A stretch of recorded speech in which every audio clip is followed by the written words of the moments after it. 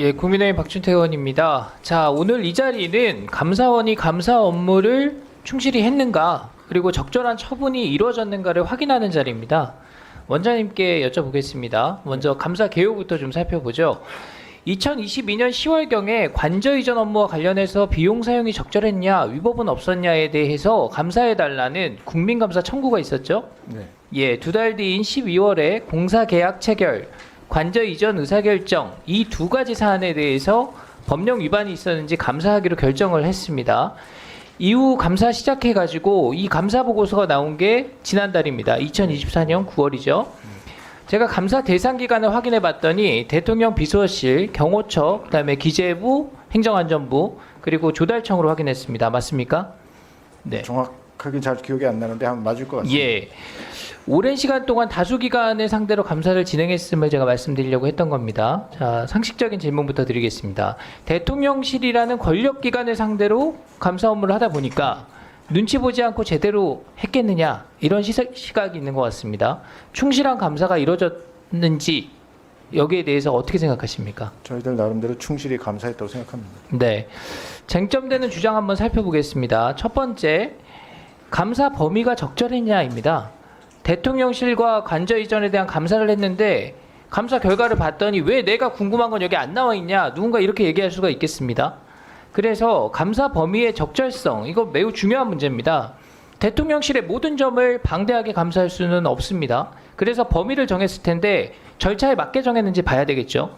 아까 원장님께서 외부위원이 다수 포함된 국민감사 청구 심사위원회에서 결정했다, 이렇게 말씀하셨습니다. 맞습니까? 예, 맞습니다. 예. 외교부 장관 공간으로 관저를 옮기기로 했는데 어디로 옮길지 여부는 정부의 재량권에 속하는 부분이기 때문에 감사 대상이 되지 않는다고 봤다. 맞습니까? 네.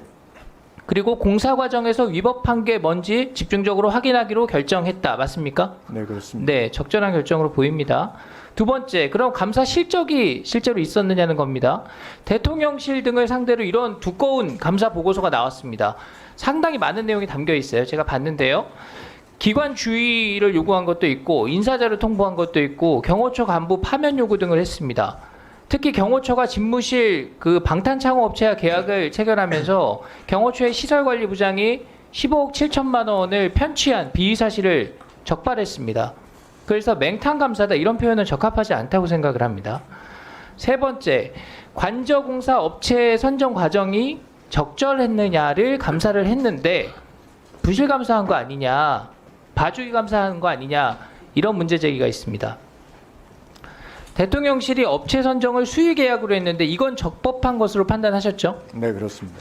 보안 문제 등을 고려해서 과거 정부에서도 리모델링 같은 것을 할 때 수의 계약으로 한 걸로 저는 듣고 있는데 맞습니까? 네, 그렇습니다. 네, 문제 없습니다. 그럼 이번에 공사한 업체가 금전상 특혜를 받은 것도 없었다, 이렇게 나와 있습니다. 이 부분 중요하다고 보는데 확실하게 확인하신 겁니까? 저희들 나름대로 확인하러 최선을 다했습니다. 자, 급하게 하다 보니까 선공사 선발주를 한 건 문제가 있다, 또 예산 집행에 만전을 기해야 된다, 이런 그 요구사항, 지적사항은 담겨 있습니다. 이렇게 지적하고 기관에 대한 주의 요구 하셨습니다. 맞죠? 네. 네. 자, 네 번째, 관저 공사 업체를 수의 계약을 했는데 누가 추천했는지 확인을 못했다는 지적이 있습니다. 저는 이거 한마디로 영부인께서 추천한 것 같은데 왜 영부인 조사를 못했냐는 식의 공세라고 이해하고 있습니다. 수의 계약을 하는데 위법함이 없는데 누가 누굴 추천하는 게 왜 문제가 됩니까?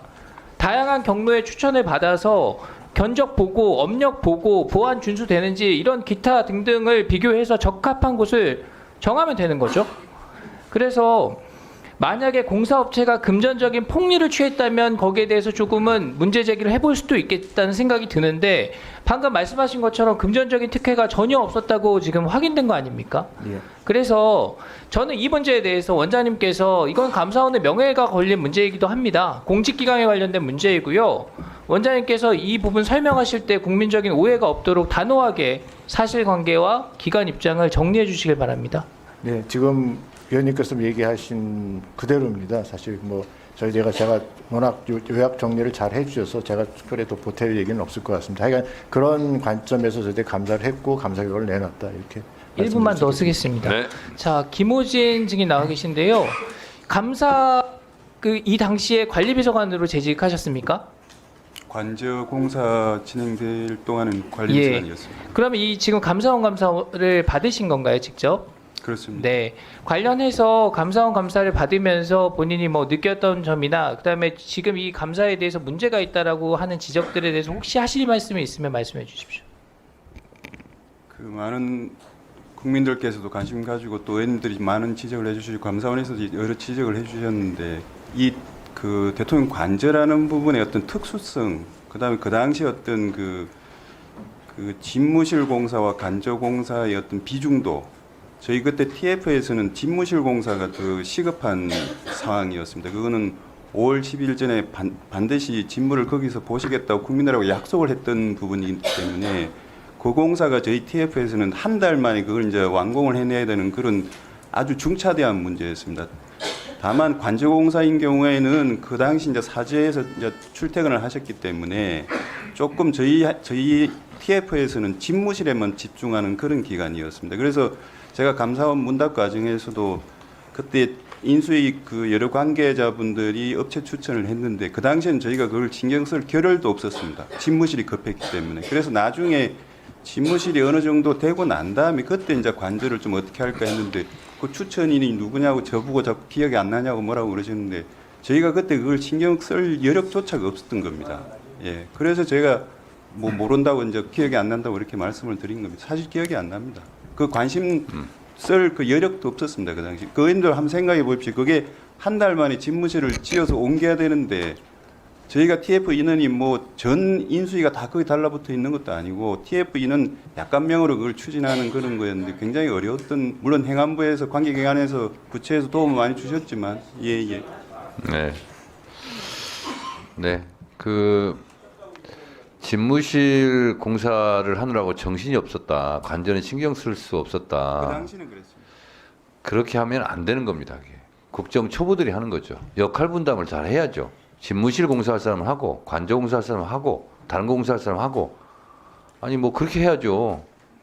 그거를 지금처럼 말씀하시는 것은 왕초보 정권이라는 것을 실토하는 것과 같다 이런 생각이 듭니다. 잠시 감사를 중지했다가 8시 30분에 감사를 계속하도록 하겠습니다. 감사 중지를 선포합니다.